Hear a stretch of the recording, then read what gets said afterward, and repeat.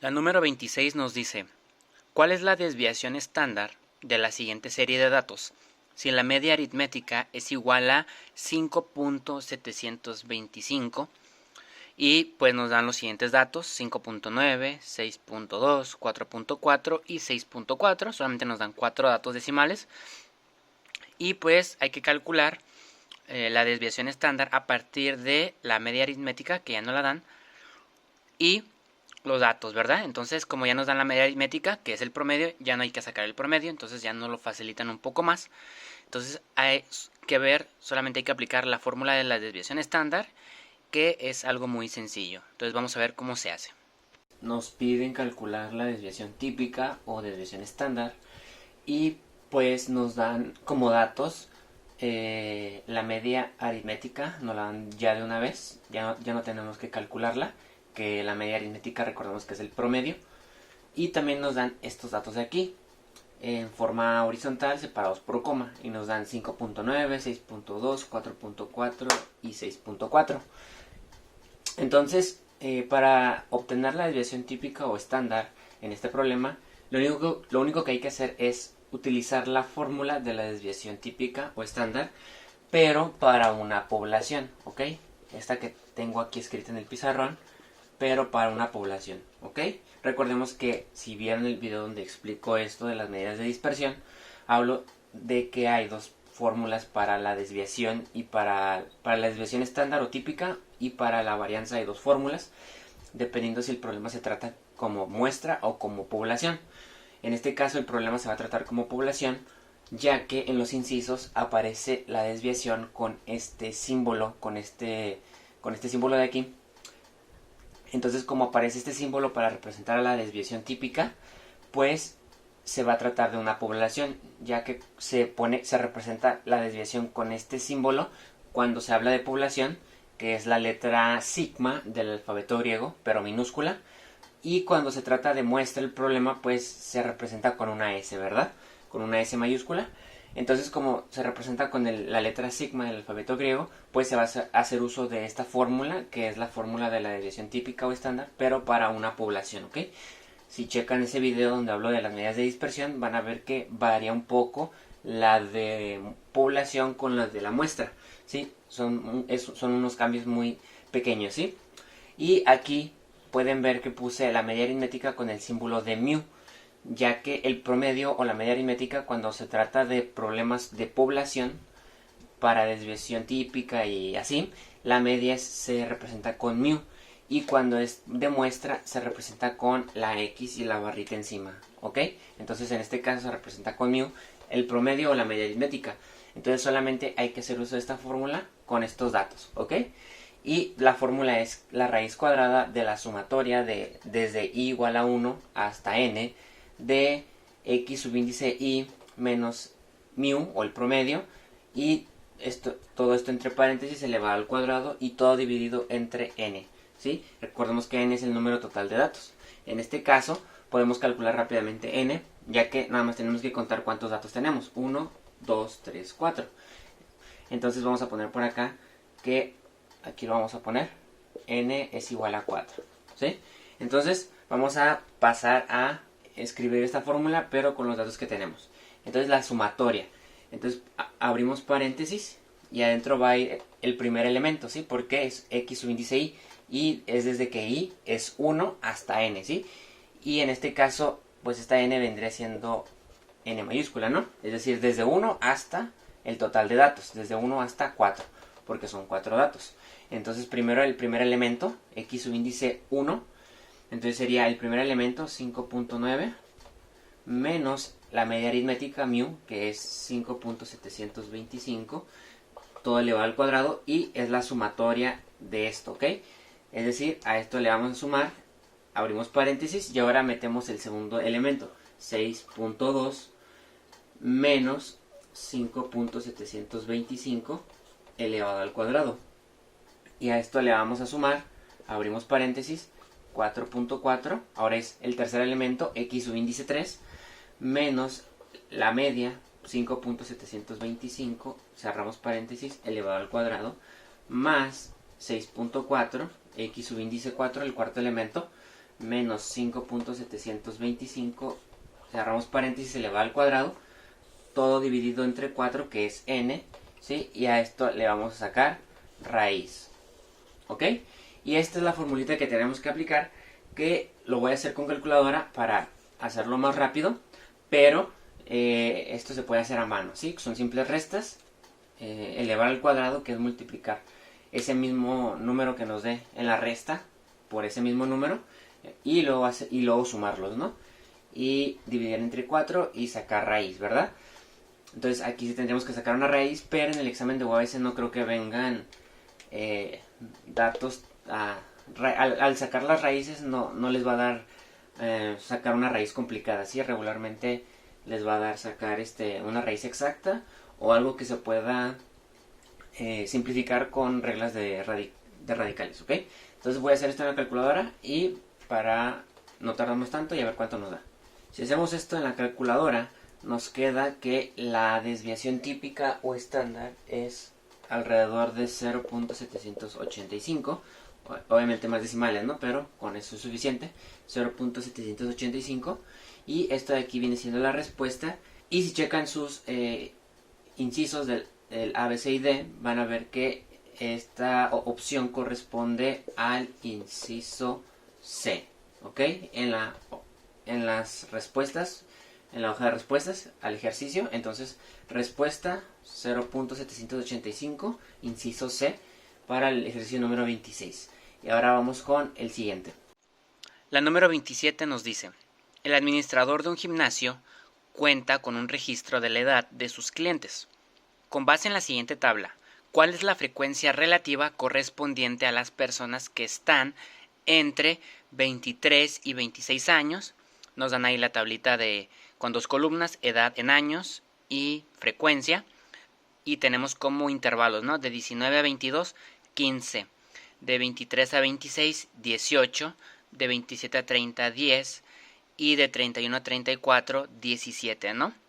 Es decir, son las frecuencias son las veces que se repite algún dato que se encuentre en esos intervalos, ¿no? Ya sea de 19 a 22, de 23 a 26, de 27 a 30, de 31 a 34. Y nos piden sacar la frecuencia relativa, ¿sí? Y pues nos aparece inciso A, B, C y D y nos aparecen distintos porcentajes. Entonces vamos a ver cómo se calcularía esta frecuencia. En la número 27 nos habla de que un administrador de un gimnasio tiene en una tabla registradas las edades de sus clientes, los que van al gimnasio.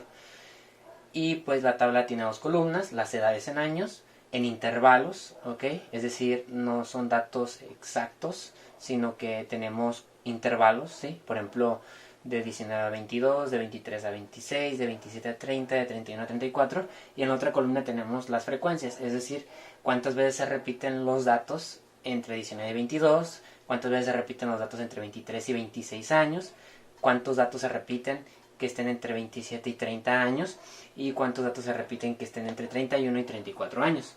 Y nos piden sacar la frecuencia relativa de los clientes o las personas que tienen entre 23 y 26 años, es decir, los de esta fila de aquí. ¿Y cómo vamos a sacar la frecuencia relativa? Pues recordemos que la frecuencia relativa se representa con n minúscula, subíndice i, y se calcula dividiendo la frecuencia absoluta, representada con f minúscula, subíndice i, dividido entre n mayúscula, que es el número total de datos. ¿Ok? Esta es la formulita simple que tenemos que utilizar para sacar la frecuencia relativa. ¿Ok? Y en este caso, pues vamos a identificar qué es, en este caso, FI, cuál va a ser la frecuencia absoluta y cuál es N. ¿Ok? Entonces, primero vamos con la frecuencia absoluta, F subíndice I, y recordemos que la frecuencia absoluta es el número de veces que aparece un dato o la cantidad de veces que se repite un dato. En este caso, ¿cuántas veces se repiten las edades entre 23 y 26 años? 18, ¿verdad? Entonces, 18 es la frecuencia absoluta de las edades de entre 23 y 26 años. Y ahora hay que ver cuánto es el número total de datos. Y para calcular el número total de datos solamente hay que sumar las frecuencias, ¿sí? Las frecuencias que tenemos aquí se podría decir que son las frecuencias absolutas de los intervalos de edad, ¿sí? Si se dan cuenta, 18 es la frecuencia absoluta de las edades de 23 a 26 años. Entonces todas estas son las frecuencias absolutas, y si sumamos las frecuencias absolutas, que son las que están en esta columna, nos va a dar n, ¿verdad? N mayúscula, número total de datos. Entonces vamos a sumarlo, es más, lo vamos a sumar aquí mismo, ¿ok? Lo vamos a poner aquí. Y aquí le cortamos, entonces nos queda, sumamos 7 más 0, pues 7, ¿verdad? Y luego tenemos 7 más 8 son 15, y 15 más 5 son 20, llevamos 0 y acá llevamos 2, y es 1, 2, 3, 4, 5, 6. 6. Entonces en total son 60 datos. Sumando esta columna, las frecuencias absolutas nos da 60, ¿ok? Entonces ya podemos borrar, nada más era para hacer aquí rápido la suma. Y entonces tenemos que n es 60. Ahora, aplicando esta formulita de aquí, nos queda que la frecuencia relativa es igual a frecuencia absoluta 18, frecuencia absoluta de este intervalo de edades, 23 a 26, entre número total de datos, 60. ¿Ok? Podríamos simplificar esto un poco más, ya que podemos dividir entre 6. 18 entre 6 nos da 3, y 60 entre 6 nos da 10. ¿Ok? Y nos queda 3 décimos, que viene siendo, ¿sí? 3 entre 10 queda 0.3, ¿ok? En decimal. Entonces, prácticamente esta es la frecuencia relativa. Sin embargo, en los incisos A, B, C y D nos aparecen porcentajes. Entonces, ¿qué podemos hacer aquí? Bueno, podemos quitar aquí el 0.3 y podemos hacer algo. 3 décimos es lo mismo que multiplicar por 10 en ambos lados, ¿sí? Es la misma fracción, solamente que multiplicamos acá y multiplicamos abajo, arriba y abajo. 3 por 10 nos da 30, y 10 por 10 nos da 100. Y recordemos que si tenemos una fracción sobre 100, se puede pasar ahora sí a porcentaje. Por ejemplo, si teníamos 50 sobre 100, equivalía al 50%, ¿sí? 50 partes de 100. Y si teníamos, no sé, por ejemplo, el 100 sobre 100, 100 entre 100 nos da 1, ¿verdad? Esto equivalía a la unidad, que es nuestro 100%, ¿sí? 100 partes de 100, y el 100% de nuestra unidad, ya que 100 entre 100 es 1, ¿verdad? Y es la unidad, nuestro total, ¿no? Entonces 100 entre 100 era 100%, 50 entre 100 era 50%, 20 entre 100 iba a ser 20%, y así, ¿no? Entonces, prácticamente al multiplicar esta fracción por 10, pues ya nos queda un denominador de 100. Y esto ya lo podemos pasar fácilmente a fracción, que nos queda 30 entre 100, simplemente va a ser el 30%, ¿ok? Y esto corresponde en los incisos A, B, C y D al inciso B, ¿ok? La respuesta entonces al ejercicio número 27 es 30%, que corresponde al inciso B. Y con eso terminamos este ejercicio y ahora vamos a pasar al siguiente. La número 28 nos dice: una persona tira una pelota hacia arriba provocando un movimiento de tipo parabólico. En base a la siguiente ecuación, y nos ponen la siguiente ecuación, y igual a menos x al cuadrado más x más 7, ¿cuál es la altura máxima que alcanzó la pelota?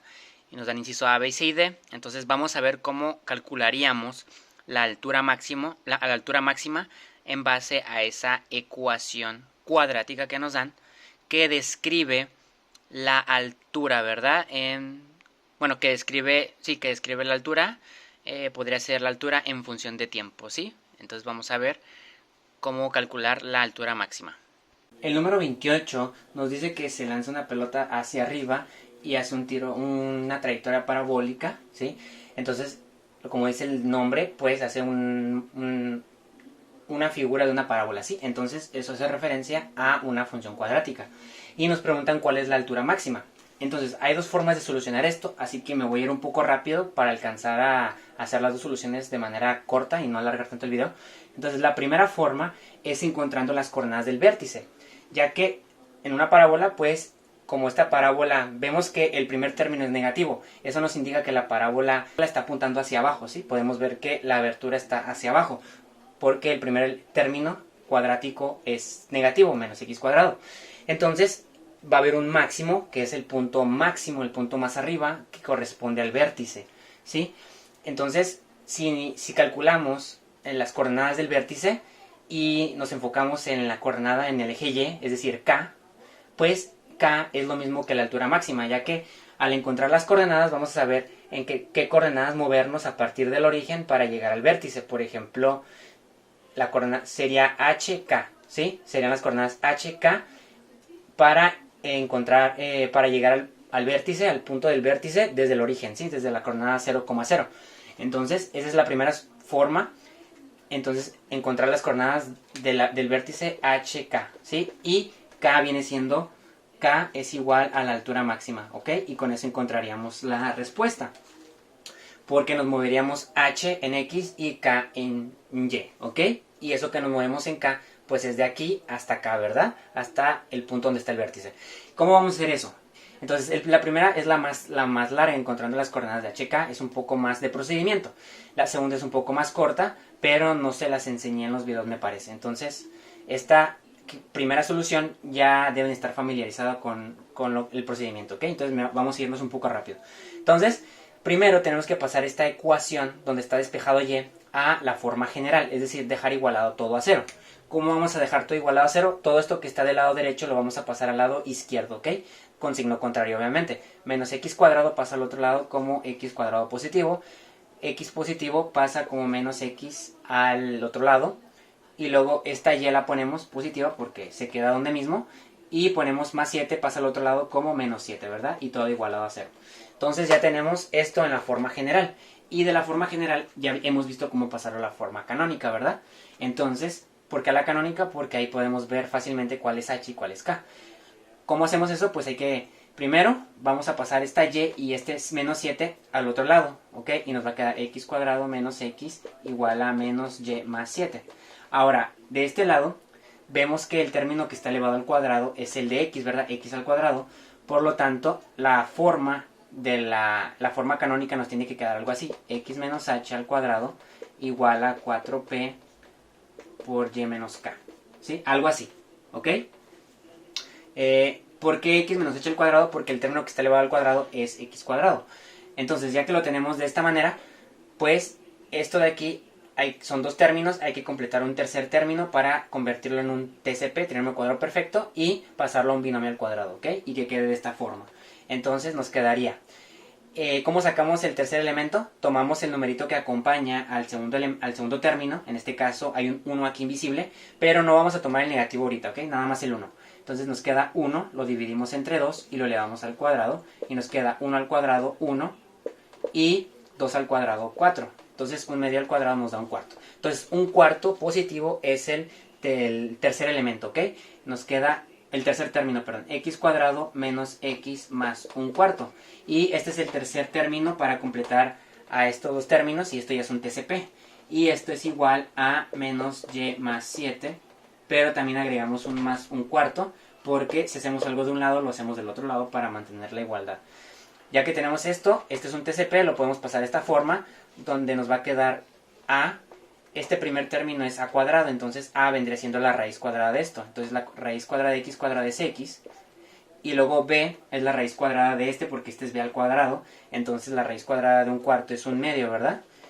Y elevado al cuadrado, y el signo que va a ir aquí es el que acompaña al segundo término. Como hay un negativo con el segundo término, menos x, pues aquí va a ir un negativo, ¿ok? Si aquí hubiera un positivo, aquí iría un positivo, pero hay un negativo, entonces nos queda x menos un medio al cuadrado, igual a, hacemos esta operación, yo ya la hice, 7 más un cuarto, y nos queda menos y más 29 cuartos, ¿ok?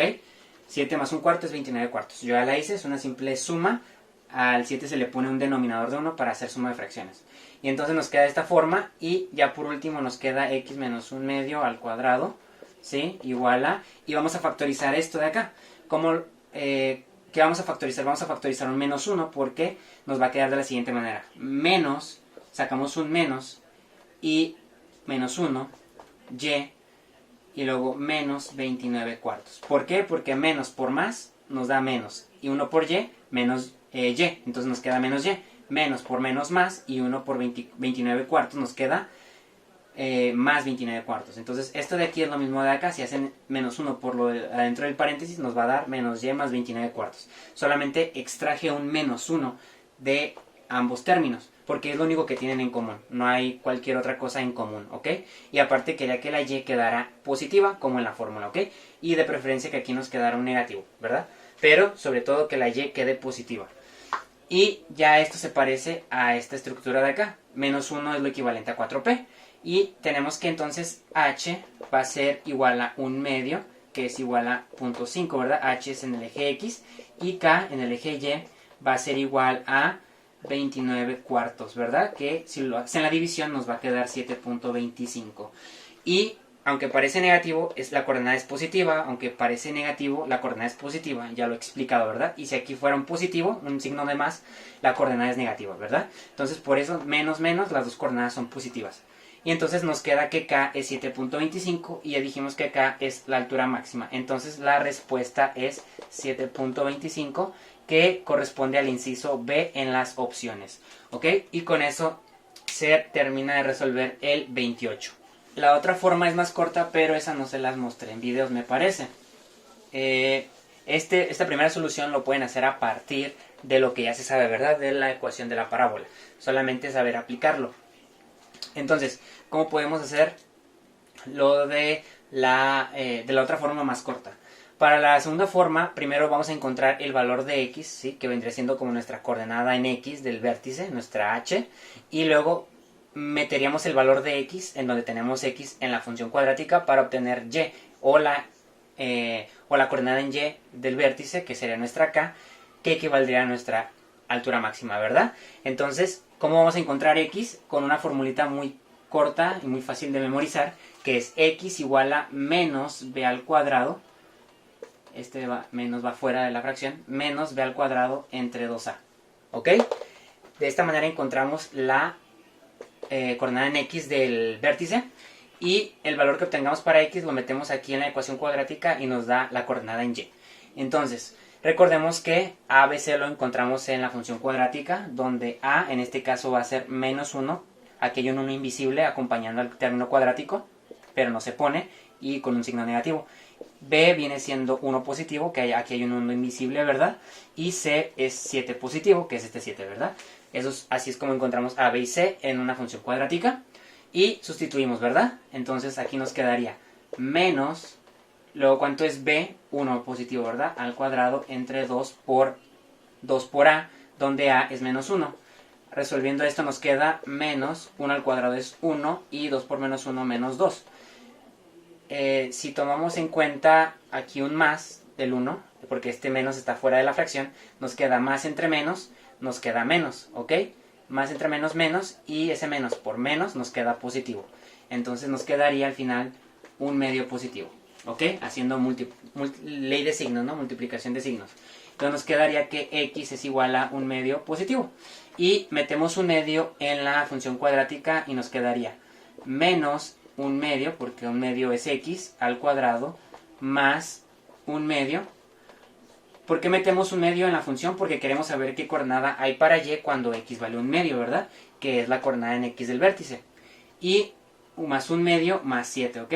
Y hacemos aquí menos 1 al cuadrado es 1, 2 al cuadrado 4, más un medio, más 7, le ponemos un 1 para hacer la suma de fracciones. Y haciendo esto nos queda 4 por 2 por 1 nos queda 8. 8 entre 4, 2. 2 por 1, 2. Y aquí hay un negativo, este negativo. 8 entre 2, 4. 4 por 1, 4. Y hay un más. 8 entre 1, 8. Por 7, 56. Y hay un más 56. Y nos queda 4 menos 2. Nos queda 2. 56 más 2, 58 entre 8, ¿verdad? Y y es igual a 58 entre 8, que si hacemos la división les va a quedar 7.25. Efectivamente, lo mismo que nos dio la solución, con el procedimiento pasado, ¿ok? Entonces llegamos a la conclusión de que la respuesta es 7.25, la altura máxima, que corresponde igualmente al inciso B, ¿ok? Y esta es la segunda forma de resolver el 28, y el procedimiento, si notan, es un poco más corto, solamente que hay que memorizarse esta pequeña formulita, ¿verdad? Ya la que ustedes quieran usar es a su decisión.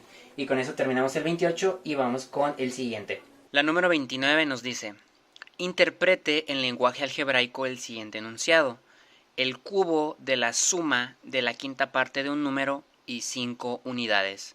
Entonces solamente hay que interpretar eso que nos están dando de manera escrita en forma de texto y pasarlo a un lenguaje algebraico, ¿verdad? Con letras y números, variables y números, ¿verdad? Entonces vamos a ver cómo se interpretaría esto. El número 29 es muy corto, ya que es simplemente pasar esta oración que está en lenguaje escrito, en texto, al lenguaje algebraico. Entonces, lo único que tenemos que hacer es interpretarlo, ¿sí? Prácticamente hay que analizarlo paso a paso para poder pasarlo a su interpretación algebraica. Entonces nos dice el cubo de la suma de la quinta parte de un número y 5 unidades. Entonces, vamos a hacer algo aquí. Dice el cubo de, y luego pues nos dice el cubo de todo esto, ¿verdad? Que está en texto. Entonces lo que vamos a hacer es subrayar todo lo que sigue después de el cubo de. Entonces dice el cubo de, y vamos a subrayar la suma de la quinta parte de un número y 5 unidades. Entonces, ¿por qué hacemos esto? Porque significa que a todo eso que está subrayado, después lo vamos a... Todo eso que está subrayado va a estar dentro de unos paréntesis elevado al cubo, porque nos dice que nos están pidiendo el cubo de todo eso que está subrayado. Entonces primero vamos a determinar qué es esto que está subrayado, pero ya sabemos que al final, ya que determinemos qué es lo que está subrayado, todo va a estar elevado al cubo. Entonces nos dice el cubo de la suma de la quinta parte de un número y 5 unidades. Entonces vamos a determinar qué es lo que está cómo se representaría lo que está subrayado, pero ya sabemos que eso que está subrayado al final se va a elevar, va a estar entre paréntesis elevado al cubo. Entonces dice la suma de la quinta parte de un número. Entonces ya sabemos que vamos a sumar varias cosas. Entonces primero la suma de la quinta parte de un número. Ok, entonces ¿cómo representamos la quinta parte de un número? Un número se representa como X, ¿verdad? Porque puede ser un número cualquiera que no conocemos. Y la quinta parte de ese número se representa como entre 5, ¿verdad? X entre 5.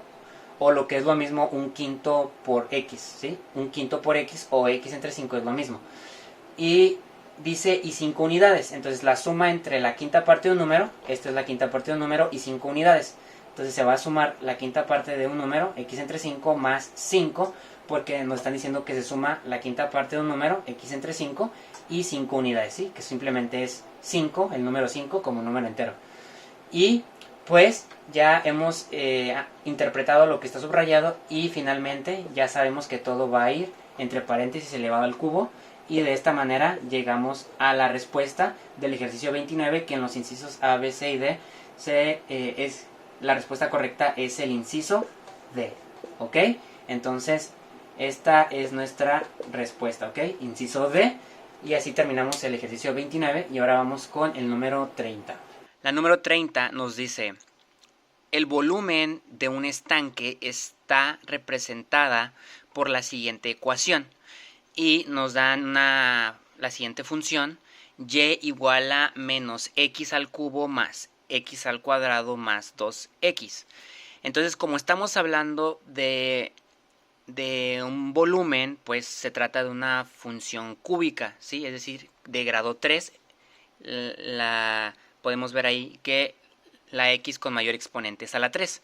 Entonces, como se trata de volumen, pues nos dan una función cúbica, ¿sí? Recordemos que las unidades de volumen son metros cúbicos, centímetros cúbicos, etcétera, ¿no? Entonces, por eso nos dan una función cúbica. Y nos preguntan cuál es la gráfica que lo representa. Entonces, ahorita no nos importa el volumen, lo único que nos importa es cómo podemos relacionar esa función cúbica de grado 3 con las 4 opciones que nos dan, ¿verdad? Las 4 gráficas. ¿Cuál gráfica es la que corresponde a esa función? Entonces vamos a ver cómo podríamos saber cuál gráfica es la correcta.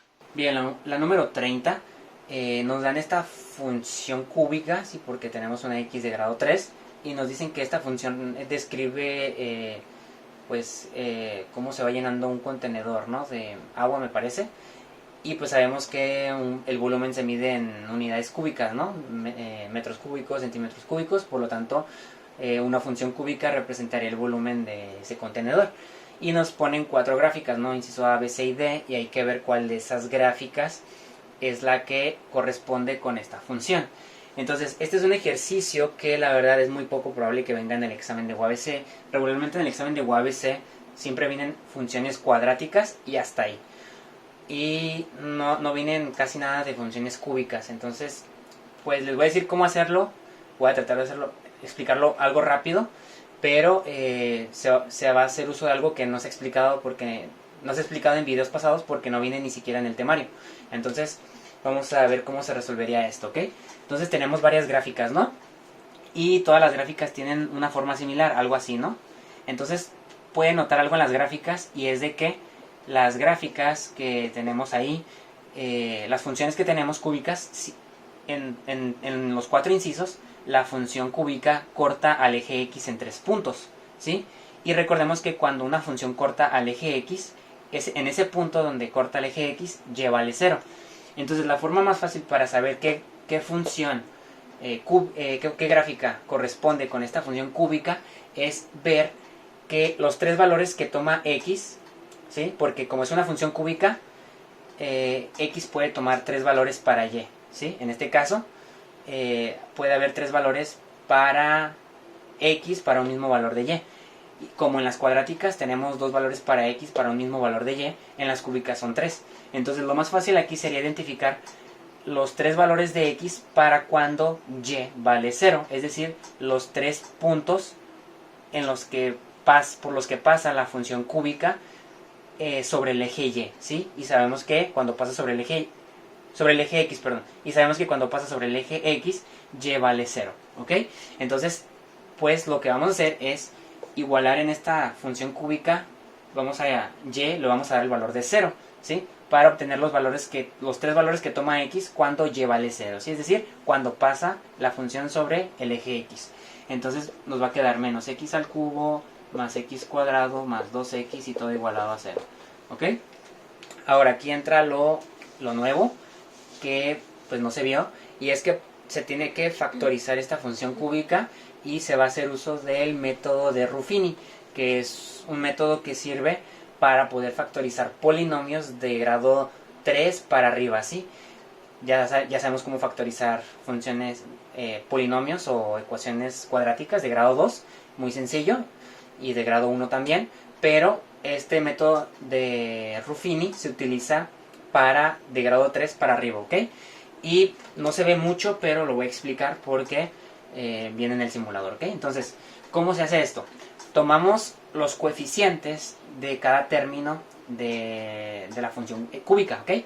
En este caso, vamos a poner acá x al cubo, x cuadrado, x a la 1 y x a la 0. Recordemos que cualquier x a la 0 es 1, esto vendría siendo como nuestro término independiente, ¿no? Entonces vamos a ponerle término independiente. Término independiente, x a la 1 es el término lineal, x al cuadrado es el término cuadrático y x al cubo el término cúbico.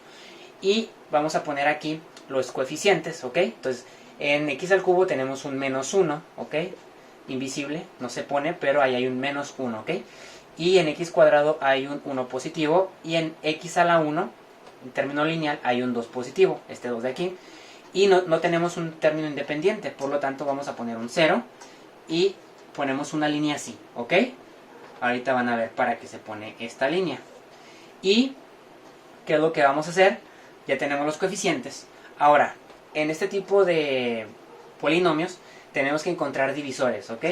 Tenemos que encontrar divisores entre el coeficiente del término mayor, es decir, del término cúbico, ¿ok? En este caso del coeficiente que acompaña el término cúbico, porque es el de mayor grado en este caso, y el coeficiente o el término independiente, el numerito que está solo. En este caso podemos ver que menos 1 es el que acompaña el término cúbico, al de mayor grado, y no hay un término independiente. Entonces solamente hay que encontrar divisores del término del coeficiente que acompaña al término cúbico, es decir, divisores de menos 1. Los únicos divisores de menos 1 son más 1 y menos 1, ¿sí? Porque menos 1 entre más 1 nos da menos 1 y menos 1 entre menos 1 nos da más 1. Entonces, divisores significa que al dividir nos da una cantidad exacta, un número entero, ¿ok? Entonces, solamente existen esos dos divisores para el coeficiente que acompaña el término cúbico. Como no hay término independiente, pues no hay que comparar entre el término independiente y el menos 1 de aquí, ¿verdad? Como no hay término independiente, va a ser un poco más sencillo porque solamente hay que buscar divisores de menos 1, ¿verdad?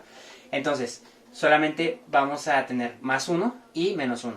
Y eso es más fácil porque se reduce en nuestro ejercicio. Entonces, lo que vamos a hacer a continuación es probar con cada uno de esos divisores en esta parte, ¿ok? Como solamente son dos, pues solamente hay que probar dos veces. Entonces, ¿qué es lo que vamos a hacer? Primero vamos a probar con menos 1, ¿ok? Ustedes pueden escoger más 1 o menos 1. Entonces vamos a poner aquí menos 1. Y vamos a hacer lo siguiente. Vamos a bajar este primer coeficiente, menos 1, y luego vamos a hacer menos 1 por menos 1 nos da 1 positivo. Y lo ponemos aquí.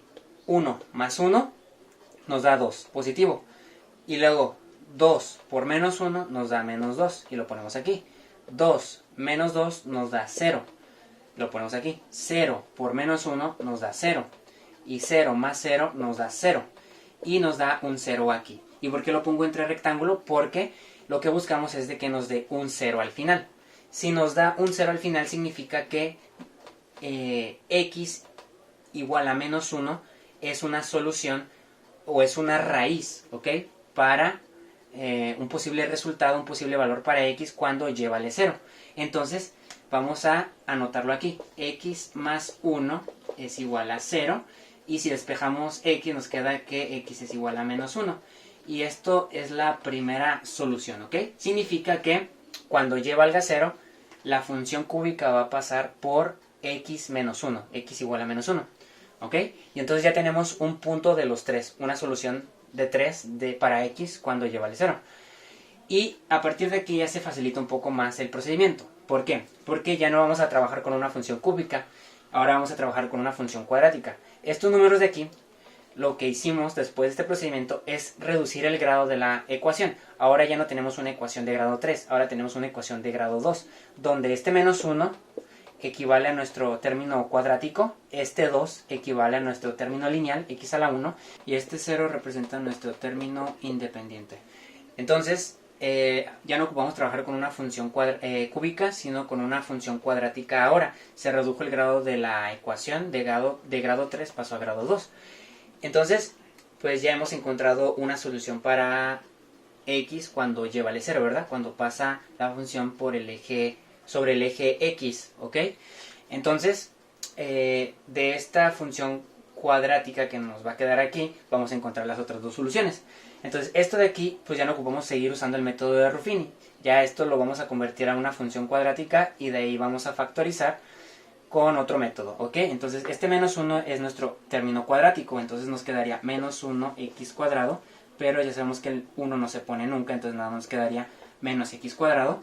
Y este 2 representa el término lineal, 2 positivo, queda más 2x, y este 0 es el término independiente, entonces quedaría más 0, pero pues no hace importancia si lo ponemos o no. Entonces, pues no lo vamos a poner, lo quitamos, y ya sabemos que todo es igualado a 0, ¿verdad?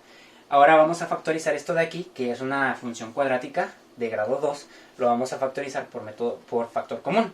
¿Qué tienen en común estos dos términos? X. Entonces vamos a poner x porque me da x cuadrado, x, ¿verdad? Y para que sea menos x cuadrado vamos a ponerle un negativo a esta x. Menos por más menos, x por x, x cuadrado. Menos porque me va a dar más, menos por menos para que se haga un más, y x porque me da 2x por 2, ¿verdad? Y así, y todo igualado a 0, y así obtenemos menos por más menos, x por x, x cuadrado, obtenemos el primer término. Menos por menos nos da más, y x por 2 nos da 2x, y obtenemos el segundo término. Esto es lo mismo que esto, ¿verdad? Pero factorizado por factor común. Y de aquí vamos a obtener las otras dos soluciones para x cuando y vale 0.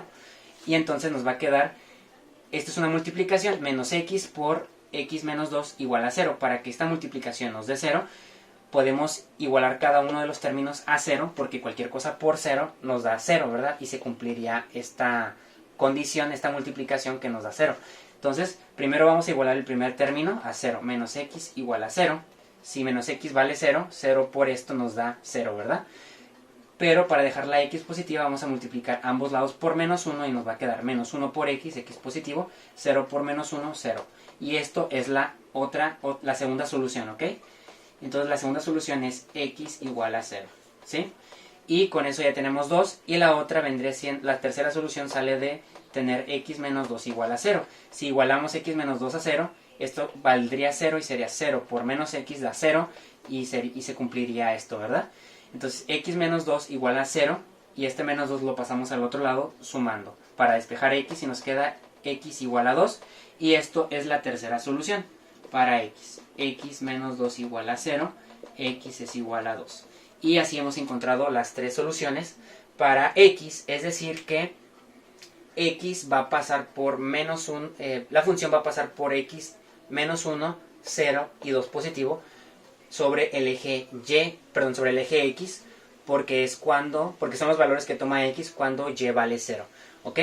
Entonces, pues nos preguntan cuál de las cuatro gráficas corresponde a esta función cúbica, ¿verdad? Entonces, lo que hicimos fue encontrar los tres puntos por los que va a pasar la función sobre el eje x, es decir, cuando y vale 0, ¿ok? Entonces, más o menos, haciendo una gráfica más o menos fiel a la del simulador, tenemos x, tenemos y, tenemos aquí el origen, tenemos 1, 2, 1, 2, menos 1, menos 2, menos 1, 1, 2, más o menos la función cúbica sería algo así, pasaría por menos 1, pasaría por 0 y pasaría por 2 positivo, entonces pasaría algo así, ¿no? Así, así, así, ¿no? O también podría incluso pasar algo así, ¿no?